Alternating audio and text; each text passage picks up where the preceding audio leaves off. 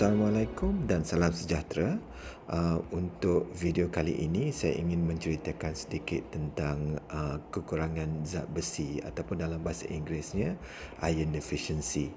Selalunya bila kita ada kekurangan zat besi, kita akan juga mengalami masalah anemia. Malah majoriti kepada pesakit-pesakit yang datang berjumpa saya kerana gejala dan masalah anemia, kebanyakannya adalah disebabkan oleh kekurangan zat besi dalam satu bentuk ataupun yang lain. Jadi zat besi ini sebenarnya hanya kita akan dapat daripada makanannya. Jadi kalau kita tidak cukup setengah kumpulan makanan ataupun kita kurang baik dari segi pencernaan, maka kita tidak dapat mengambil masuk zat besi yang kita makan itu. Jadi ini adalah antara sebab utama mengapa pesakit kita mendapat anemia. Jadi kalau kita lihat dari segi sebabnya kenapa kita boleh kekurangan zat besi, kita boleh bahagikannya kepada dua. Satu, sama ada pesakit itu tidak mendapat zat besi dengan secukupnya.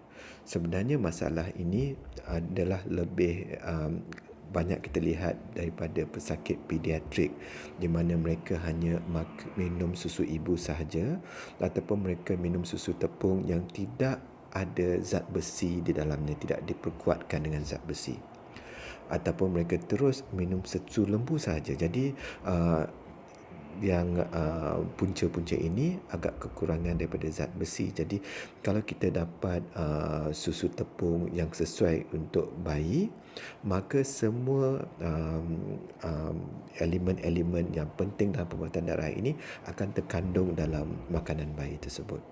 Jadi salah satu sebab lain mengapa bayi tidak dapat mendapat zat besi yang cukup ialah masalah pencernaan. Kadang-kadang sebabkan diet mereka tak seimbang ataupun makanan mereka yang tidak dimasak dengan betul, mereka mungkin mendapat masalah di mana terdapat cacing dalam perut mereka, dan sekiranya ini berlaku, mereka tidak dapat menghadamkan zat besi yang mereka makan. Jadi itu selalunya kita lihat daripada sudut tidak dapat cukup zat besi pada kita. Ia juga kita dapat lihat pada pesakit-pesakit yang tidak makan daging langsung, sama ada dari segi pilihan ataupun disebabkan oleh agama. Jadi mereka selalunya boleh memakan suplemen yang lain yang mempunyai zat besi. Jadi selalunya di Malaysia ini tidak selalu berlaku masalah sedemikian. Jadi sekiranya mereka mengambil suplemen dengan cukup beserta dengan makanan-makanan lain, setengah sayur-sayuran juga mempunyai elemen-elemen zat besi. Tetapi dari segi makanan tersebut, kandungan zat besi dalam daging adalah lebih tinggi berbanding dengan daripada sayur-sayuran. Tetapi kalau kita hanya makan daging saja, kita tidak dapat mencernakan makanan kita pula. Jadi kita kena ada pemakanan yang seimbang dari segi sayur-sayuran dan juga daging. Okey.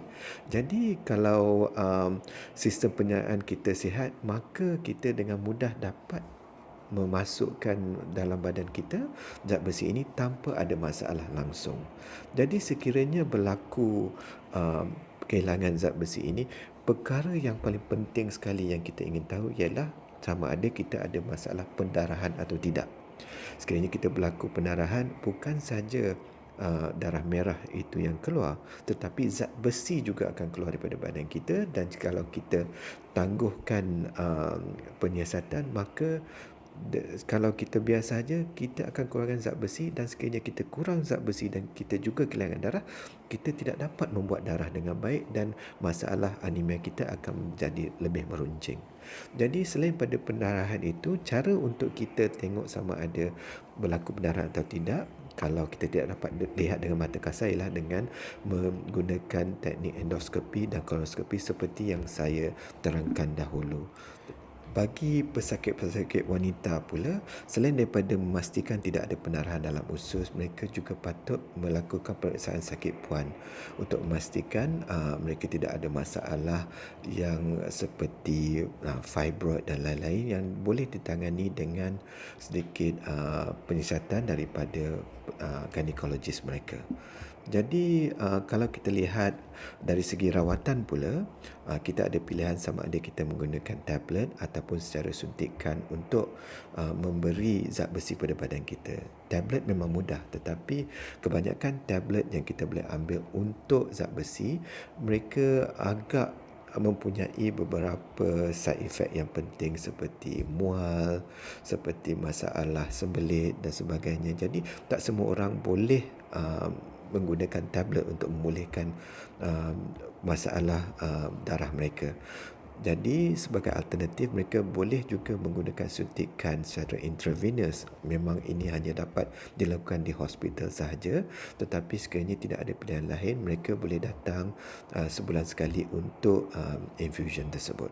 Okey, sekiranya langkah-langkah itu tidak dapat dijalankan, maka seterusnya mereka tidak ada pilihan lain daripada untuk mendapat transfusi darah. Kita memang cuba untuk elakkan daripada perkara ini berlaku kerana risiko jangkitan kuman dan juga risiko di mana kita tidak compatible dengan darah yang kita beri. Jadi kalau boleh kita nak kurangkan risiko-risiko tersebut, dan juga darah ini sebenarnya adalah satu komoditi yang sangat penting ya. Kita perlu penderma untuk memberi darah kepada kita. Jadi kalau boleh, kalau kita tidak perlu darah, mungkin ada orang lain yang lebih memerlukannya. Okey.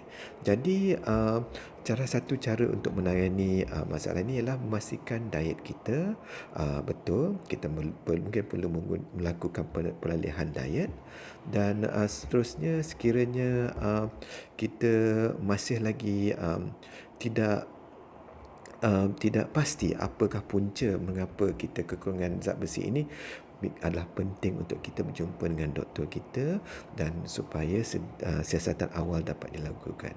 Manalah tahu ini adalah gejala yang membawa kepada penyakit-penyakit yang lebih serius di masa depan. Okey. Jadi sekiranya ada apa-apa soalan, pertanyaan untuk saya, anda boleh terus menghubungi saya melalui email ini ataupun layari halaman saya. Okey, sekian. Terima kasih.